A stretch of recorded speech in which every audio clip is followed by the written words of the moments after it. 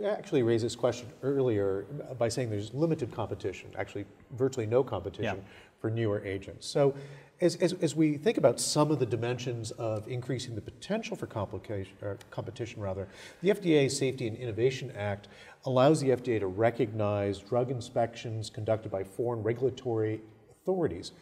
So this is two questions. One is, what are your thoughts on drug imports as a way of increasing competition? But beyond that, with hopefully lower cost generics and more meaningful biosimilars and increasing numbers of biosimilars, can we hope for a race to the bottom with prices? Well, I'm from Michigan, and we have lots of people going across the border to buy their drugs. I can't pay for them, but I think that opening access to imported drugs would have a tendency to drive down prices, and at least, especially for patients who are paying first dollar for their drugs because they have a significant deductible. I'm not sure this will apply in the cancer space, but for certainly other drugs, importation of drugs would allow them to have a more affordable option than they have today. From a policy perspective, this is another idea that's getting some bipartisan traction on Capitol Hill. Obviously, members of Congress have debated importation for decades or more at this point, but it kind of is reemerging, and there are some Republicans who have proved supportive, and certainly there are members on the Democratic side. Obviously the same issues continue to be raised. Sort of, is this safe? Is this practical from an operational standpoint? And I sort of go back to this idea. There's a spectrum of how we could kind of take some of these steps. And on one hand, you have importation of every medication, which is likely more challenging for a number of reasons.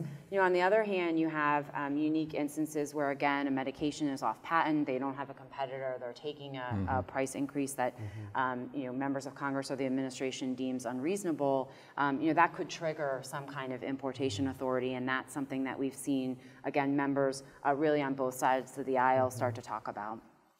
Wonderful. Actually, to add a different layer to this, the Trump administration has not only articulated that drugs need to be less expensive, but they need to come to the market faster. So less expensive, faster. So Bob, what are your thoughts about the FDA's Oncology Center of Excellence and its role in accelerating the process of bringing drugs to market? So first of all, that Center of Excellence is recognizing that oncology is different than other specialties, and the oncology drugs have different criteria for approval, different magnitudes of toxicity, different skill set for what it takes to evaluate them appropriately from a regulatory perspective. And so it set up the Center of Excellence within the FDA. So it's like a FDA for oncology within the FDA. So first of all, Richard Pazder is the founding director of that Center of Excellence, and a wonderful choice. He's got incredible experience within the FDA and oncology evaluations.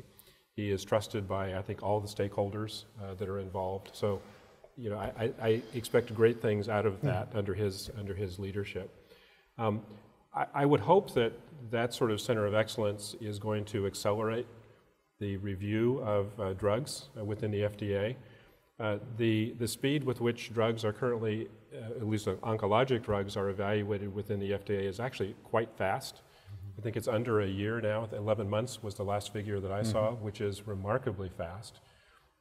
So there is some room to go, but not a lot, if we're going to do it in a safe and appropriate, scientific way.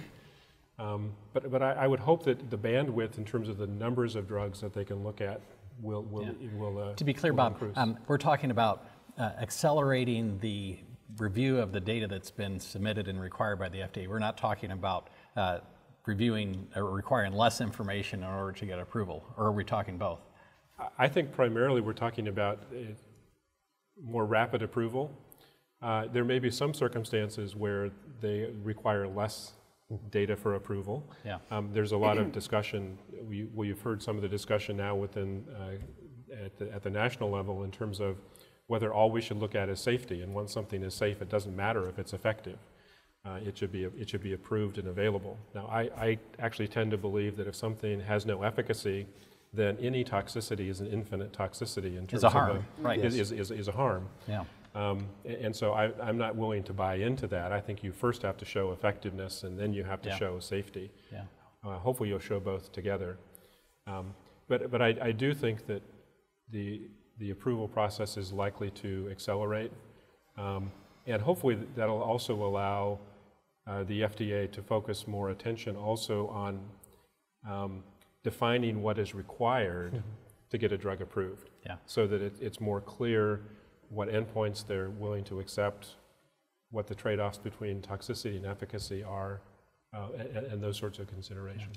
I think the concern that I have, and we should all have, I think, is that the desire to get drugs to market faster and faster results in less and less information. And I think as a physician and you as oncologists want to know what optimal therapy is for your patient, and with some of these accelerated approval pathways or drugs that are approved on a single phase 2 non-randomized clinical trial, do we have enough safety data to understand what the options are for that patient? There was just a study published in JAMA Internal Medicine in December of last year that showed that 18 drugs that had been approved had no survival benefit, and 17 of those 18 either had no improvement in quality of life or a worsened quality of life, and yet we approved them all.